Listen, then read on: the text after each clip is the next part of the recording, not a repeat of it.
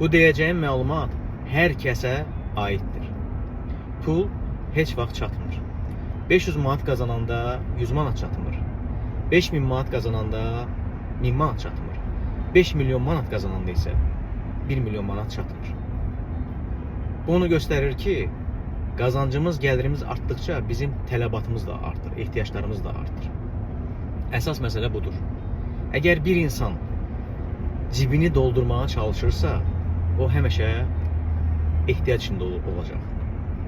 Yox, əgər insan içini doldurmağa çalışırsa, mənəviyyatını, dəyərlərini düzgün formalaşdırmağa, hədəf qoymağa çalışırsa, bu adamın hər zaman qazandığı məbləğlə yaşadığı həyat uyğunlaşacaq.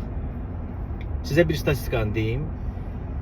Yer kürəsində yaşayan bütün insanlar təxminən 8 milyarddır.